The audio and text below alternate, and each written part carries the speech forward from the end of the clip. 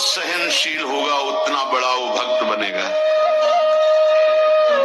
जब कोई इस मार्ग में चलता है तो उसके सामने इस बात की परीक्षा आती है, तुम कितना सह सकते हो। जब आपको बुरा लगना ही बंद हो जाएगा तो आपको भगवान परमानंद प्रदान करेंगे। जब तक बुरा लगता है तब तक साधन करो और उस बुराई को सह जाओ।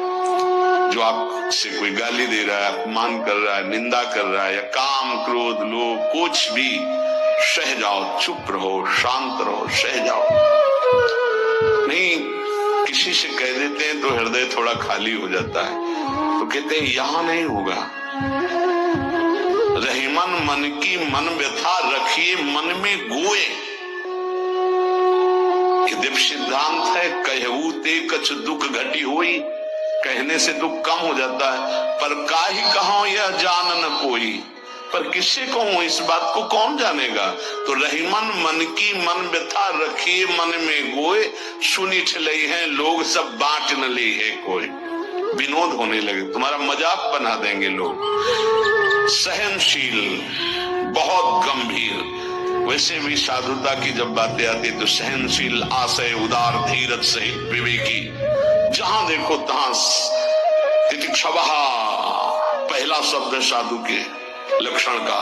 यहां कह रहे हैं दो बातें भक्त की पहली पहचान। पहला, सहनशील कितना है। लोग उसे बुरा कहेंगे, उसकी हंसी उड़ाएंगे, उस पे कटाक्ष मारेंगे, उसका अपमान करेंगे, उसको छोड़ देने की धमकी देंगे, उसको लड़ने के लिए उत्साहित करेंगे। उसकी पराजय भी हो सकती है, पर वो शांत गंभीर अपनी अंदर की वृत्ति को कभी विचलित ना होने दे, सह जाए। बहुत ध्यान देने की बात है। भजन करके उसे बचाना कठिन, बचा के पचाना कठिन। ये है भजन करना और उसको बचाना और उसको पचाना। आपको बुरा कहेंगे, पूज्य बाबा कह रहे हैं, आपको बुरा कहेंगे, पूज्य बाबा कह रहे हैं, हंसी उड़ाएंगे, आपके कटाक्ष मारेंगे, बड़ा भजनानंदी बनता है, किसी से तो बात ही नहीं करता है, अपने को कुछ ज्यादा ही भगत समझते हैं क्या।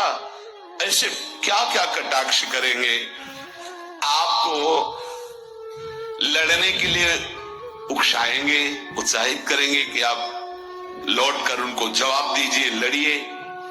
वो ऐसा महसूस करवाएंगे कि आप हार गए, चुप हो गए, आप दब गए, चुप हो जाओ, हार जाओ, हरि को हरि नाम, मौन होकर चुपचाप सह जाओ।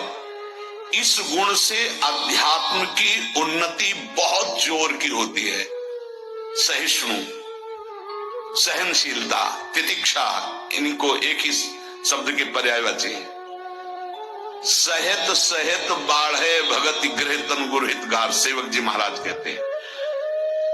और जिसके अंदर सहनशीलता नहीं है तो वो केवल परमार्थ का आडंबर करेगा, स्वप्न में भी आध्यात्मिक उन्नति नहीं हो सकती। जागृत की तो बात जाने दो, पकड़ लीजिए। सबसे पहला लक्षण सहन करना। ये आप संकल्प कर ले कि जीवन में सब कुछ सहन करना है मुझे। जो सह गया सो साधु, जो टूट गया वो विषयी। यही बात हमको एक शराबी देव समझाई थी ब्रह्मावर्त बिठोर में। ए देखो तिल तिल ये छवि काटी गई, तो आज भगवान बन के पूज रही। ए बच्चा टूटना नहीं। क्या भगवान का बाहरी स्वरूप था। वो बाहरी तो ऐसे मदिरा पान की एक लीला करते ही दिखाए, लेकिन जब उपदेश मिला तो प्रणाम करके अंदर सोचा भगवान न जाने किस रूप में, और वो शब्द जीवन में नहीं भूला। खास बात होती कि जैसे ऐसे कोई बोल रहा है तो वो शब्द जीवन में नहीं भूला। ये टूटना नहीं, टूटना नहीं, कैसी भी परिस्थिति हो टूटना नहीं। यहां भी कह रहे जो सहिष्णु नहीं, सहनशील नहीं, वो आध्यात्मिक उन्नति जागृत की तो बात जाने दो, स्वप्न में भी नहीं होगी। कुछ नहीं हाथ लगता, आडंबर केवल रहता है। अतः भक्त को अधिक से अधिक नाम जप के द्वारा ये शक्ति बढ़ानी चाहिए सहन करने की, कितना भी कुछ भी अंदर कोई विकार, मनोवेग, वाणी वेग, उदर वेग, जनेन्द्रीय वेग, कोई भी वेग, सब चुपचाप सह जाओ। ये मार्ग है सहन करने का, सहन करने का।